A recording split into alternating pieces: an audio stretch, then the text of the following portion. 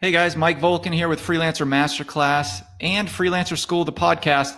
But if you haven't already subscribed to our YouTube channel, please go ahead and do that, since we produce a lot of good visual content that the ideas for this content comes from you, much like this piece of content. So be sure to go ahead and subscribe to our YouTube channel. This piece of content is titled How to Find Clients Online and Offline. Many of you have come to me and said, Mike, you talk a lot about how to find clients online, but there's a whole world out there offline. So how do you find clients? So let me go ahead and explain to you first the online portion, and then I'll go through the offline portion. And we're talking in general terms here for this piece of content. So if you find you want to deep dive into one of these aspects that I'm talking about, Freelancer Masterclass discusses all of these. So the first thing, the most obvious, is freelancing platforms to find clients online, right? So you have no less than a dozen, if not 5 dozen different freelancing platforms, depending on what industry you're in. The big 800-pound gorilla in the room is Upwork, right? So go ahead and set yourself up with a profile and look for jobs on Upwork, and maybe even sometimes they'll come to you. Another one is social networking sites. Now, many of you think, well, I know how to use social networking sites for myself, but it doesn't really work for my business.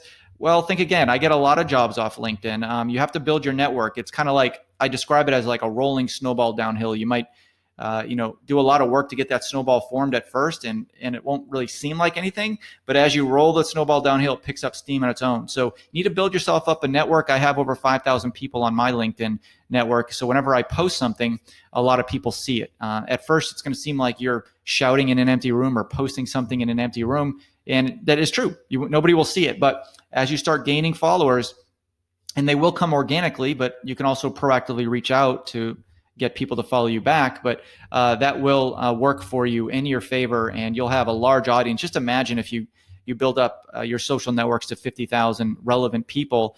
Every time you post something, tens of thousands of people will see your post. So it does work. It's not immediate. Job listing sites is another one, right? So we work remotely, AngelList, remote.co. There's a lot of sites out there that post only remote jobs. Now you might be thinking, Mike, these are for full-time jobs. Maybe, maybe not. I found a lot of jobs, actually at least a dozen over many years of freelancing, that somebody would post something on We Work Remotely saying we need a marketing leader, right?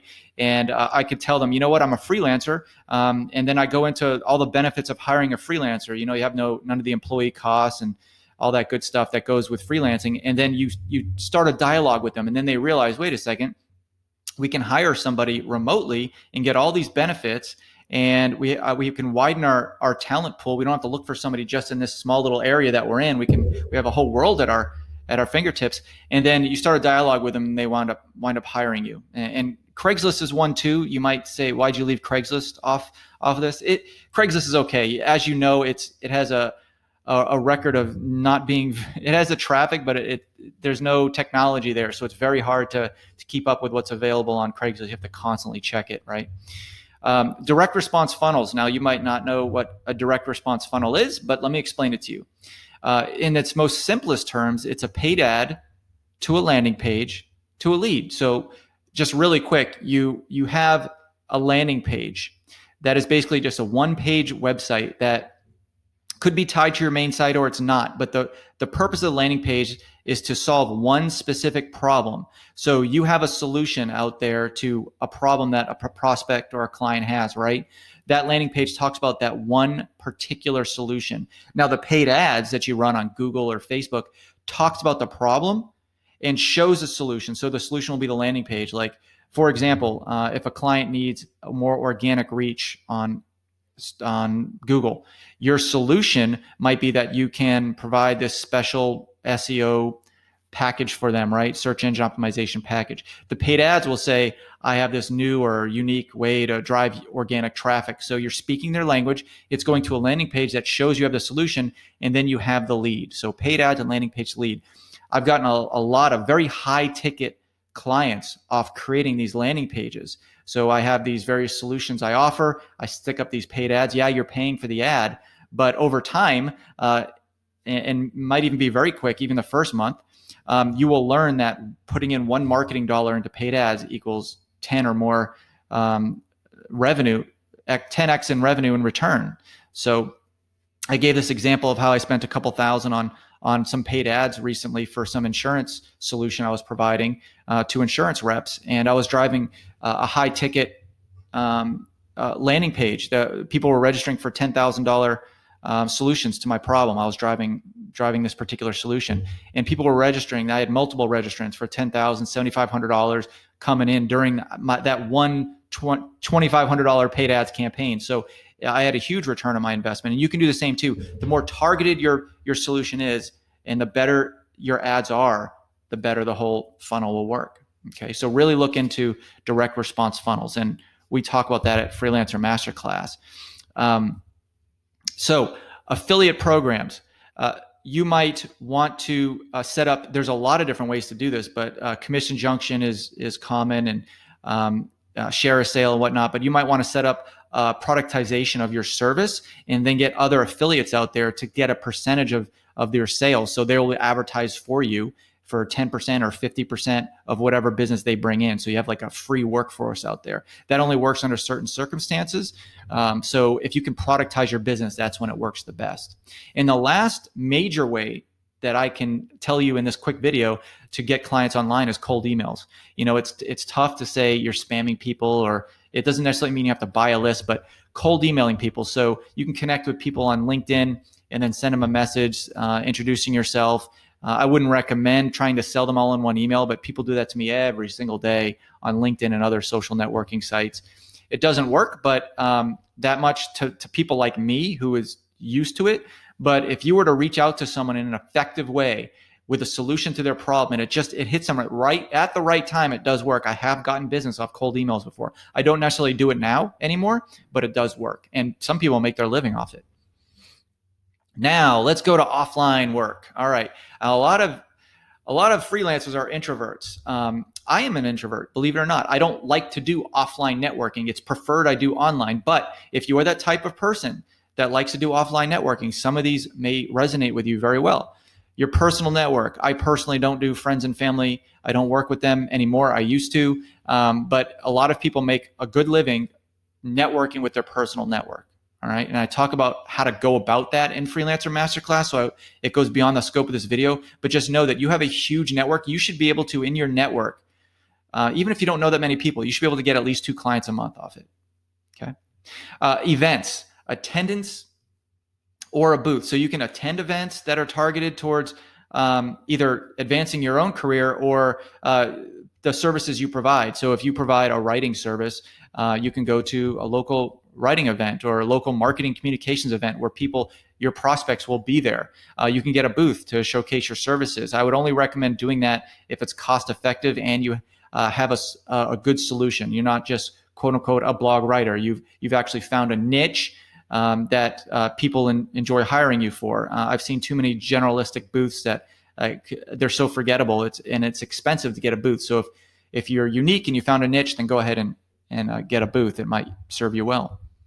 Another one is speaking events. Okay, so I love to speak. I'm going to be starting a speaking push here. It's the end of the year. I like to get my tour in advance so I'm making it now. Being in the fourth quarter, I'm making it now for next year. So if you like to be on stage and give talks about what you know, if you have a teaching fetish, you like to go out there and teach people, maybe starting a speaking tour is right for you. Sometimes the speeches you give are free, but they provide good leads, and sometimes they pay you thousands of dollars to go speak. So it could be I know people that speak full time, and that's all they do is speak. So if that's you, then go ahead and get good at speaking and start a tour. Strategic partnerships. So there are companies out there and there are other freelancers out there that have the same clientele as you, but offer different services. So for example, those that need SEO, search engine optimization services, also usually need websites built or websites redone. So that would be a strategic partnership if you were someone who builds websites to go reach out to SEO companies and vice versa. So think about some kind of strategic partnerships, those that hold the same clientele as you, but don't necessarily offer the same services. Getting partnerships in niche magazines and newspapers. You know, we're talking about earned media. And let me just combine that also with Harrow. Help a Reporter Out is actually a website, but you can get offline work from it. So the getting published in the niche magazines and Harrow all comes into kind of like the same realm here is earned media, right? So you want to put yourself out there as an expert, and whenever a reporter who's always looking for experts needs to quote you or need to do a magazine article or a newspaper article on that industry that you're an expert of, they're going to come to you. And so there's competitors out there for Harrow, but you can find them online. Just type in earned media and then your industry, and you should be able to find something similar. And then host a workshop. I do this sometimes, and I'm actually going to be starting to do this next year. Is going to be a large part of my marketing push. Is I'm going to be working with small and medium-sized businesses, helping their marketing leaders become more efficient and more effective. So I'm hosting a workshop on that. It's going to be a 3-day workshop. You can do the same too. So go to small businesses in your area or any area, make an appearance, make it like a 3-day or even a 1-day or 7-day workshop. Bring in employees of that business and charge for it. And you can even make it free. I mean, I'm sure you've all heard those radio ads of people that teach you how to flip houses, right? They're all over the place. It's a free workshop. Maybe they even provide a lunch for you, or they might charge a nominal fee like $20. You go and attend. Now they're hoping to get more money from you. Of course, that's the reason why they're flying a whole staff of people to your area. They fill up a room of 200 people, hoping that 10 of those people or 20 of those people will buy a $20,000 more detailed course on it, right? But they'll give you just a little taste, right? You can do something similar. Or you can do cold calling, something that a lot of people just hate nowadays, but it is effective. If you call people and know who you're calling, right? If the decision maker for your particular service is the HR manager or the CEO, you got to call those people, set up an appointment, ask them to go out to lunch, or give them a link to a webinar or something like that. And then cold calling can work if you're effective at it and you like doing it. So hope this helps you bring in some new clients. Thanks.